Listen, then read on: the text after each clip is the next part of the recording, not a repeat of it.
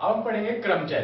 क्रमचय को पढ़ने से पहले हमें कुछ सिद्धांतों को देखना जरूरी है। वो सिद्धांत होंगे हमारे पास क्रम गुणित या गणितीय गुणन के सिद्धांत और गणितीय योग का सिद्धांत। तो सबसे पहले हम बात करते हैं क्रम गुणित की। ये सभी सिद्धांतों के बारे में पढ़ने के बाद फिर हम क्रमचय की तरफ चलेंगे। तो सबसे पहली चीज है क्रम गुणित।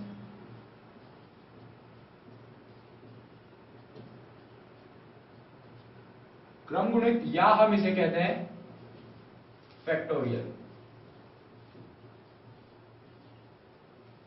फैक्टोरियल का मतलब क्या है कि यदि हमारे पास n प्राकृत संख्याएं हैं, जैसा कि हम जानते हैं प्राकृत संख्या 1 से लेकर अनंत तक हो सकती है, तो हम ये कहें कि अगर हमारे पास n प्राकृत संख्याएं हैं तो इन सभी n प्राकृत संख्याओं को क्रमानुसार गुणन अगर हम कर दें तो उसे हम कहते हैं उनका फैक्टोरियल।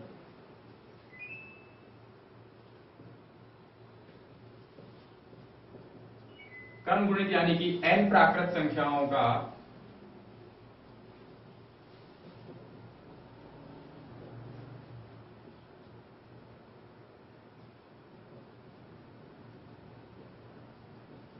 क्रमानुसार गुणन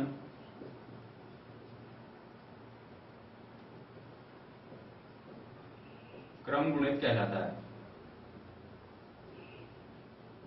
या फैक्टोरियल कहलाता है। इसको दर्शाने के लिए हम इस्तेमाल करते हैं फैक्टोरियल n। ये भी इस फैक्टोरियल का या क्रम गुणित का निशान हो सकता है और इसको इस तरीके से भी दर्शाया जा सकता है। इन दोनों में से कोई सा भी हम इस्तेमाल कर सकते हैं क्रम गुणित को दर्शाने के लिए। ये भी फैक्टोरियल n है और ये भी फैक्टोरियल n है, दोनों एक ही चीज है। अब हम देखते हैं कि किस तरीके से हम इसका इस्तेमाल कर सकते हैं। अगर हमने लिया फैक्टोरियल n, हम कहते हैं कि फैक्टोरियल n जो है वो क्रमानुसार प्राकृत संख्याओं का गुणन है। यानी कि n को क्रम से अगर हम खोलें तो एक बार n आएगा, फिर n से पीछे वाली संख्या आएगी, n से पीछे वाली संख्या यानी कि n-1, फिर इस n-1 के पीछे वाली संख्या आएगी यानी कि n-2, फिर इसके बाद वाली संख्या यानी कि n-3, और ये चलता रहेगा। कब तक चलता रहेगा? जब तक कि हमें 3 गुणा 2 गुणा 1 यानी कि आखिर में 1 ना मिल जाए, तब तक हम इसको चलाते रहेंगे। कैसे? कि यदि हमारे पास है फैक्टोरियल 5, अब हमारे पास अगर फैक्टोरियल 5 है तो हम इसको लिख सकते हैं सबसे पहले 5, ये n की जगह पर 5। अब इससे एक कम, 5 से एक कम हम गुणा में रखेंगे यानी कि 4, फिर एक और कम करेंगे यानी कि 3, फिर 2 और फिर 1, और 1 पर आते हुए ये खत्म हो जाएगा। इस तरीके से आप कह सकते हैं कि जो फैक्टोरियल 5 है उस फैक्टोरियल 5 का मान कितना होगा? 5 चौक 20 और ये 3 दूनी 6, और 20 गुणा 6 अगर हम करेंगे तो हमें मिल जाएगा 120। इस तरीके से हम फैक्टोरियल 5 का मान निकाल सकते हैं। ऐसे अगर हमें फैक्टोरियल 7 दिया हुआ हो तो हम फैक्टोरियल 7 के लिए 7 गुणा 6 गुणा 5 4 3 2 1 इस तरह से फैक्टोरियल को लिख सकते हैं।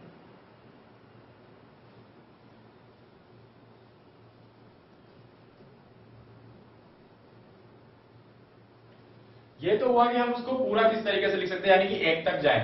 लेकिन अगर हमें जरूरत पड़े कभी भी तो हम इसको चाहे तो इसको पूरा ना खोल के कहीं भी बीच में रुक सकते हैं। कैसे?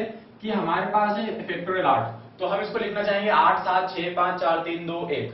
लेकिन अगर हम चाहें तो इसको ऐसे भी लिख सकते हैं कि 8 गुणा 7 और गुणा फैक्टोरियल 6 हमने यहाँ बीच में रोक दिया, क्योंकि 8 और 7 को हमने खोल दिया यहाँ पर, और इस फैक्टोरियल 6 का मान हमें पता है कि इस फैक्टोरियल 6 का मान 6 5 4 3 2 1 करके खुलेगा। तो हमने इस फैक्टोरियल 8 को कुछ पदों तक खोला और फिर अगली बार में इसको रोक दिया। तो कई बार हम चाहते हैं कि अगर जैसे कई बार बटे में दिया हुआ हो कि ऊपर भी फैक्टोरियल हो नीचे भी हो, तो हमें अगर इसको काटना हो तो उसको पूरा ना खोलें, केवल आधा तक खोल दें जहां तक कि हमें जरूरत हो। किस तरीके की हम वो उदाहरण में देख लेंगे।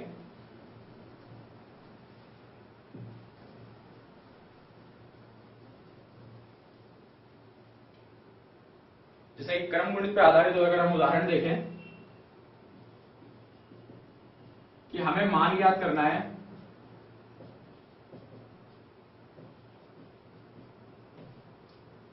फैक्टोरियल 20 बटे फैक्टोरियल 18। अब अगर हम यहां देखें फैक्टोरियल 20 को खोलेंगे तो कितना बड़ा हो जाएगा? 20 गुणा 19 गुणा 18 ऐसे लेकर हम 1 तक लिखे, और फिर नीचे फैक्टोरियल 18 को भी खोले, 18 से लेकर फिर 1 तक लिखे, तो ये बहुत बड़ा एक पद हो जाते हैं। लेकिन अगर हम चाहें तो हम इसी फैक्टोरियल 20 को कुछ इस तरीके से भी लिख सकते हैं कि फैक्टोरियल 20 को हमने खोला तो 20, अगला कौन आएगा? 19, अगला कौन आएगा? 18। लेकिन हम यहाँ देख रहे हैं नीचे फैक्टोरियल 18 है, तो हम इस 18 को यही रोक दें और इसको लिख दें फैक्टोरियल 18। हम इस 18 को खोले ही नहीं, 20 और 19 हमने खोला और यहीं पर रोक दिया 18 पर, फैक्टोरियल 18 दे दिया और नीचे फैक्टोरियल 18 था, फैक्टोरियल 18 से फैक्टोरियल 18 कटा, 19 दूनी 38, यानी कि आंसर आ गया 380।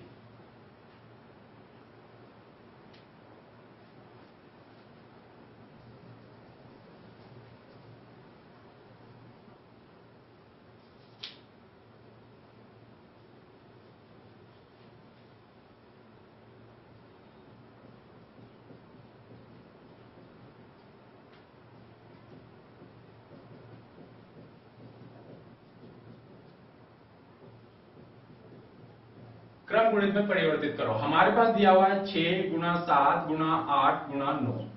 इसको हमें क्रम गुणित में बदलना है, यानी कि इसको किसी तरह से फैक्टोरियल में लिखना है। हम जानते हैं फैक्टोरियल में हम तभी लिख सकते हैं जब 1 तक हो हमारे पास, 1 से लेकर फिर n तक किसी भी संख्या तक। यहां देखते हैं अधिकतम संख्या है 9, तो 9 8 7 6। इसको क्रम गुणित बनाने के लिए 6 के बाद 5 4 3 2 1 की हमें जरूरत है, तो हम क्या करें कि इसको लिख देते हैं 9 8 7 6, फिर अपनी तरफ से दे देते हैं इसको 5 4 3 2 और 1। लेकिन अगर हमने 5 4 3 2 1 ऊपर गुणा किया तो हमें नीचे भाग भी देना पड़ेगा, और इसके लिए हम नीचे भी लिख देते हैं 5 गुणा 4 गुणा 3 गुणा 2 गुणा 1। अब ये पूरा देखें तो 9 से लेकर 1 तक जा रहा है, इसको हम लिख सकते हैं फैक्टोरियल 9। और ये देखें तो 5 से लेकर 1 तक जा रहा है, इसको हम लिख सकते हैं फैक्टोरियल 5। तो 6 7 8 9 को हमने लिख दिया फैक्टोरियल के रूप में।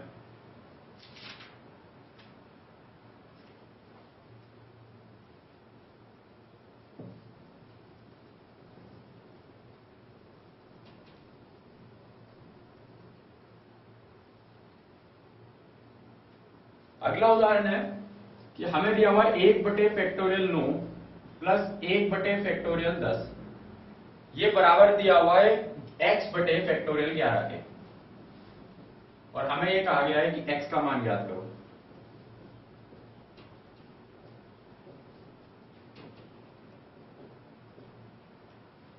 एक बटे फैक्टोरियल 9 प्लस 1 बटे फैक्टोरियल 10 बराबर x बटे फैक्टोरियल 11। इसको सॉल्व करते हैं। 1 बटे फैक्टोरियल 9 को भी ऐसा ही रहने दें, प्लस 1 बटे इस फैक्टोरियल 10 को अगर हम खोल के ऐसे लिख दें 10 गुणा फैक्टोरियल 9, इससे क्या होगा कि हमें इधर भी फैक्टोरियल 9 मिल जाएगा, इधर भी फैक्टोरियल 9 मिल जाएगा, हम कॉमन ले सकेंगे। और इसको अभी इस 11 को भी फैक्टोरियल 11 को भी खोल के फैक्टोरियल 9 तक ले चलते हैं कि 11 गुणा 10 गुणा फैक्टोरियल 9। अब देखें तो तीनों तरफ, यहां इस पे भी फैक्टोरियल 9 है, इसके पास भी फैक्टोरियल 9 है, इसके पास भी फैक्टोरियल 9 है। तो अब हम इसको लिख सकते हैं, यहां पर से फैक्टोरियल 9 हम कॉमन ले लें तो 1 बटे फैक्टोरियल 9 इसको लिख सकते हैं। यह आ गया 1 प्लस 1 बटे 10 बराबर ये रहेगा x बटे 110 गुणा फैक्टोरियल 9। ये इधर से फैक्टोरियल 9 और ये फैक्टोरियल 9 दोनों कट जाएंगे, बचा 1 प्लस 1 बटे 10 यानी कि 11 बटे 10। ये 1 प्लस 1 बटे 10 हुआ 11 बटे 10, और ये बराबर होगा x बटे 110 के। इसको सॉल्व करते हैं तो हमारे पास x का मान आ जाएगा कि 11 गुणा 110 बटे 10 बराबर x। ये 0 से 0 कटा, 11 गुणा 11 बराबर 121, तो x बराबर 121।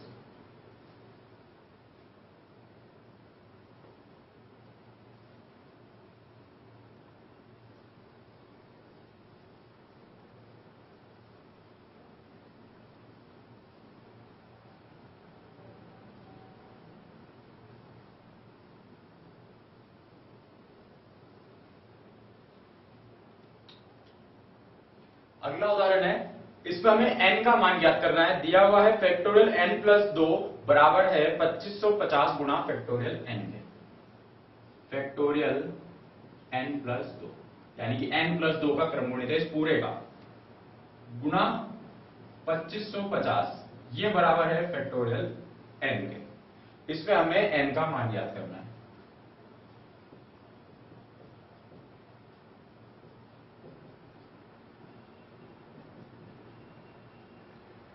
फैक्टोरियल n प्लस 2 को अगर हम खोलकर फैक्टोरियल n की तरह ले आए तो हम फिर इसको आगे सॉल्व कर सकते हैं। इसके लिए हम क्या करें कि फैक्टोरियल n प्लस 2 जो है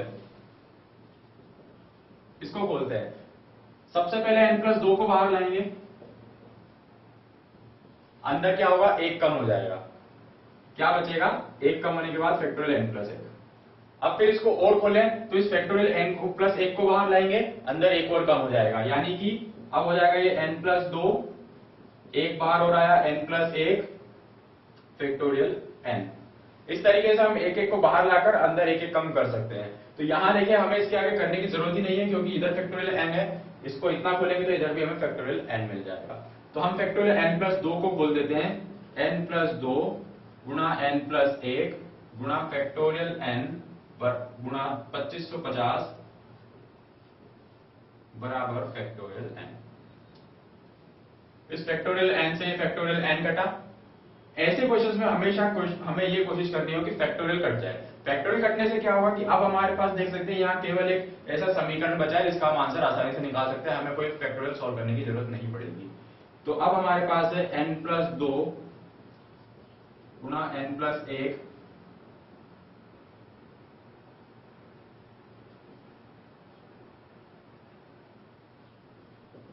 बराबर 0। अब हम इसको सॉल्व करके यहां पर n का मान निकाल सकते हैं। अगर हम देख रहे हैं कि तीनों का गुणा होने पर मान जो है वो 0 आ रहा है, तो हम यहां पर आसानी से कह सकते हैं कि यहां पर इसको हमें इधर लेकर चलना पड़ेगा, ये जाएगा तो ये इसके 0 के बराबर हो जाएगा, 2550 नीचे जा, ये 1 बचेगा यहाँ पर, ये है 2550, हमने फैक्टोरियल n को काटा तो ये बचा 1।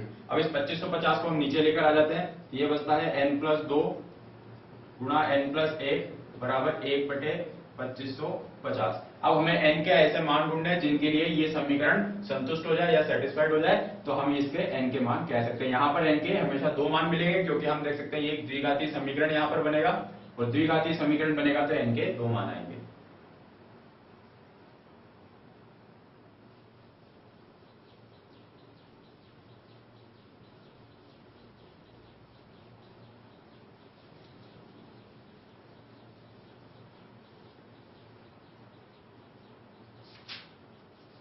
ये थी हमारे पास कि क्रम गुणित हम किस तरीके से सॉल्व करते हैं, यानी फैक्टोरियल को हम किस तरह से सॉल्व कर सकते हैं।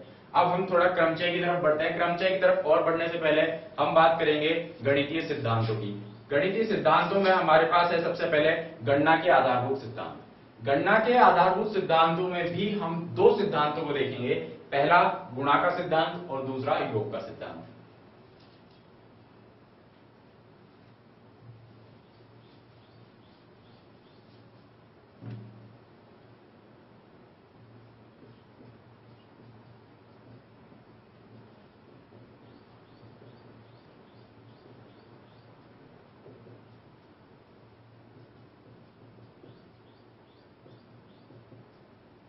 गणना के आधारभूत सिद्धांत यानी कि फंडामेंटल प्रिंसिपल्स ऑफ कैलकुलेशन।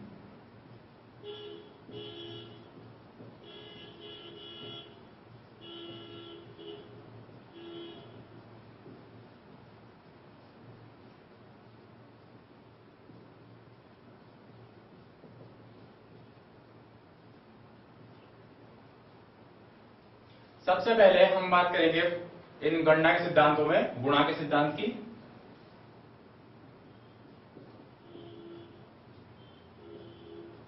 गुणन का सिद्धांत यानी कि प्रिंसिपल ऑफ मल्टीप्लिकेशन। यह गुणन का सिद्धांत कहता है कि यदि हमारे पास कोई 2 चीजें हैं m और n, कोई 2 घटनाएं होती हैं, मान लेते हैं एक m घटना है और एक n घटना है। कोई m चीज होने के बाद ही n घटित होता है। एक हमारे पास है m और एक घटना है हमारे पास n। जब m होती है इसके बाद n होता है, तो इन दोनों घटनाओं के एक साथ घटित होने की कितनी चांसेस हो सकते हैं, यानी कि कितनी ऐसे हम संख्या लिख सकते हैं कि ये दोनों एक साथ घटित हो सके। कैसे, इसको हम एक उदाहरण से देखते हैं। मान लेते हैं हमारे पास 3 तो पेन है और 2 पेंसिल है। 3 पेन को हम लिख लेते हैं P1, P2, P3। पेंसिल्स को हम लोग लिख लेते हैं N1 और N2। 2 हमारे पास पेंसिल है, 3 हमारे पास पेन है। एक स्टूडेंट को इन दोनों में से केवल एक पेन और एक पेंसिल सेलेक्ट करनी।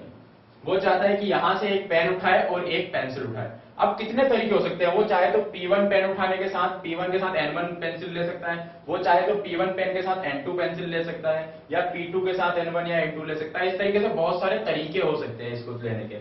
तो वो तरीके हम कैसे निकाल सकते हैं कि मान लेते हैं ये स्टूडेंट P1 पेन उठाए, P2 पेन उठाए या P3 पेन उठाए। तीनों में से कोई सा भी वो पेन उठा सकता है।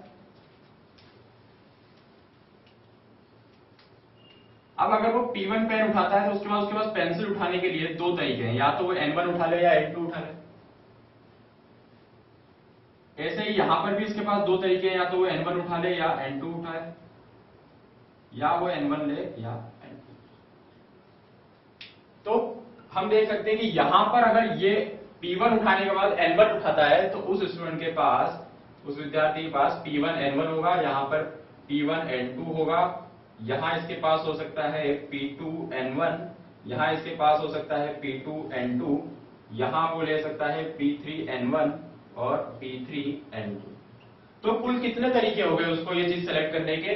1 2 3 4 5 और 6 तरीकों से वो सिलेक्ट कर सकता है। उसको उठाने तो केवल दो हैं, एक पेन और एक पेंसिल, लेकिन कुल तरीके कितने हो गए उसके पास? यहां से उठाने के 6 तरीके। और अब हम देखें कि ये हैं कुल 6, ये थे 3 और ये थे 2।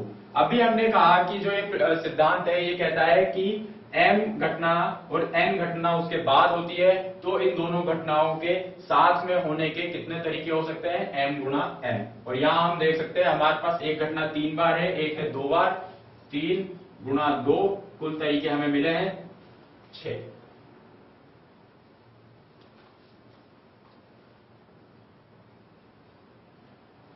तो हम इस गुणन के सिद्धांत को अगर लिखना चाहें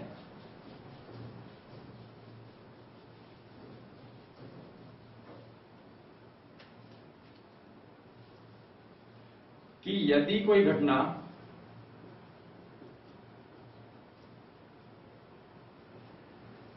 m तरीकों से हो सकती है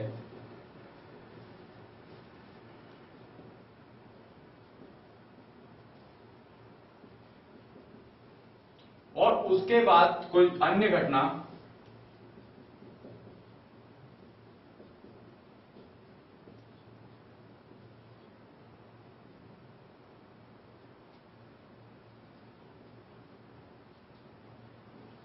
n तरीकों से हो सकती है,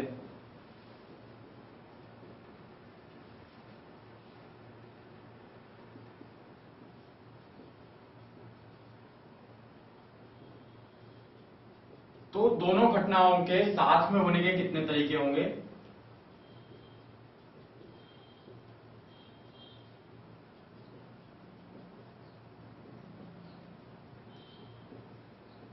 दोनों घटनाओं के एक साथ होने के m गुणा n तरीके होंगे।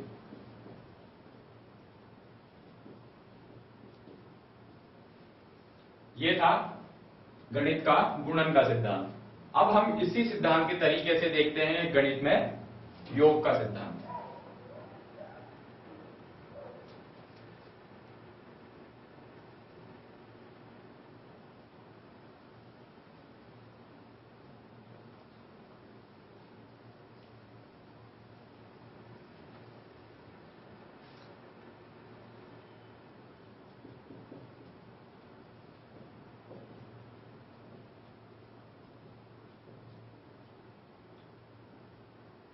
योग का सिद्धांत क्या कहता है कि अगर हम फिर वही 3 पेन और 2 पेंसिल वाले उदाहरण पर चले, हमने लिए थे 3 पेन और 2 पेंसिल। पिछले उदाहरण में हमने कहा था कि अगर हम उठाएं तो एक पेन और साथ में एक पेंसिल उठानी है, लेकिन अगर अब हम ये कहें कि इन 3 पेन और 2 पेंसिल में से कोई हमें एक ही चीज उठानी है, तो हमारे पास कितने तरीके हो सकते हैं? हमारे पास कुल तरीके हो जाएंगे 5, क्योंकि 3 तो पेन रखे होंगे सामने, 2 पेंसिल रखी होगी सामने। हमारे पास तरीके या तो हम पहला पेन उठाएं, दूसरा पेन, तीसरा पेन, या पहली पेंसिल या आखिरी पेंसिल। तो इस तरीके से 5 चीजें हमारे पास हो गई, 5 तरीके हमारे पास हो गए। तो योग का सिद्धांत कहता है कि यदि कोई घटना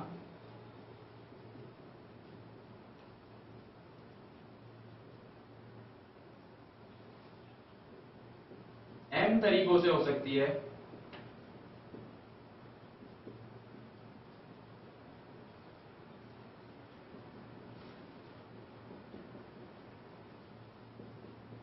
और कोई अन्य घटना n तरीकों से हो सकती है,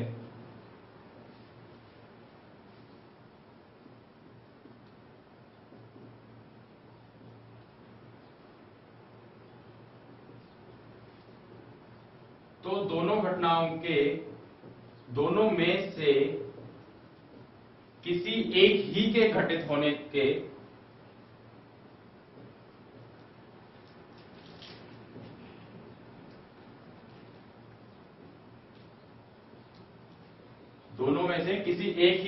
होने के कितने तरीके हो जाएंगे?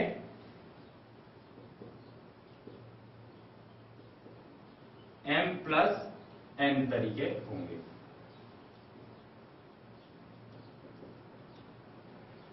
यह है योग का सिद्धांत। पिछला हमने देखा था गुणा का सिद्धांत, यह है योग का सिद्धांत। गुणा का सिद्धांत क्या कहता है कि कुल हमारे पास तरीके होते हैं m गुणा n, और ये योग का सिद्धांत हमें कहता है कि कुल तरीके होंगे m+n। अब इन दोनों में अंतर क्या है? यह था किसी एक ही घटना के घटित होने के लिए। दो घटनाएं हैं, दोनों में से कोई एक होगी। और गुणा का सिद्धांत कब था? जब दोनों एक साथ होंगी। तो ये अंतर है, इसलिए हमें अब ध्यान रखना है कभी भी अगर हमारे पास कोई प्रश्न आता है जिसपे हम ये देखें कि अगर दोनों घटनाओं में से कोई एक ही रखनी है, किसी एक ही के घटित होने की बात होती है, तो m+n हम तरीके करेंगे, दोनों को जोड़ देंगे। और अगर हमारे पास प्रश्न में हो कि दोनों एक साथ होनी है, तो हम फिर गुणा करेंगे।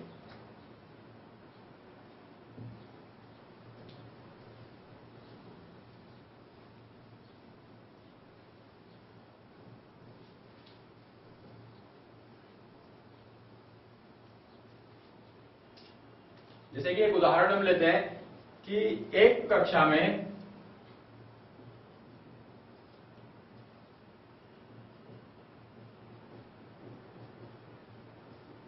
10 लड़के और 8 लड़कियां हैं।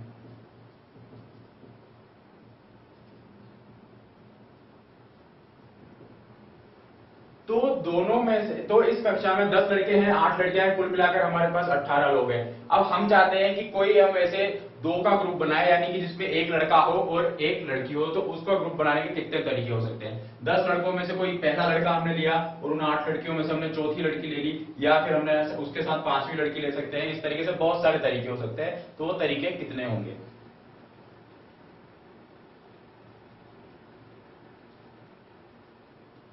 तो एक लड़का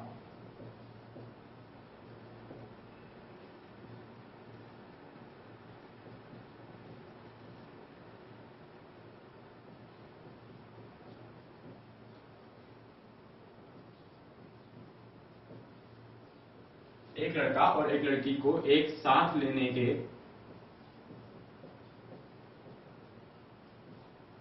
कितने तरीके होंगे?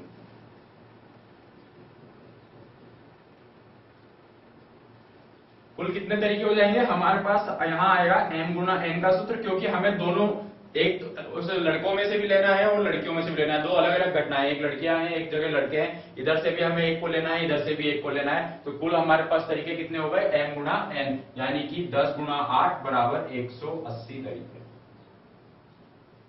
10 गुणा 8 यानी 80 तरीके। हमारे पास ये कुल हो जाएंगे 80 तरीके। और अगर हम इसी प्रश्न में थोड़ा सा चेंज कर दें, यानी कि हम ये लिख दें कि किस एक लड़का और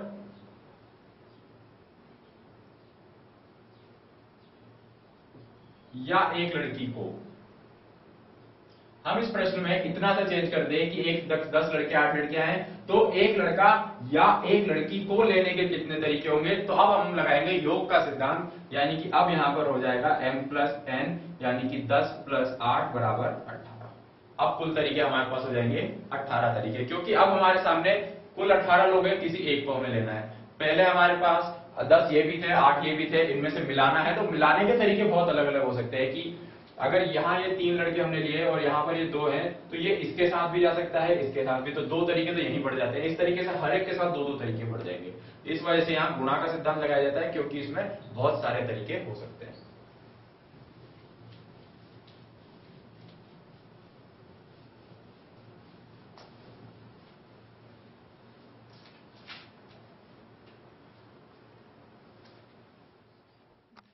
कुछ उदाहरण देखते हैं यहाँ पर कि पहला उदाहरण हमें दिया गया है।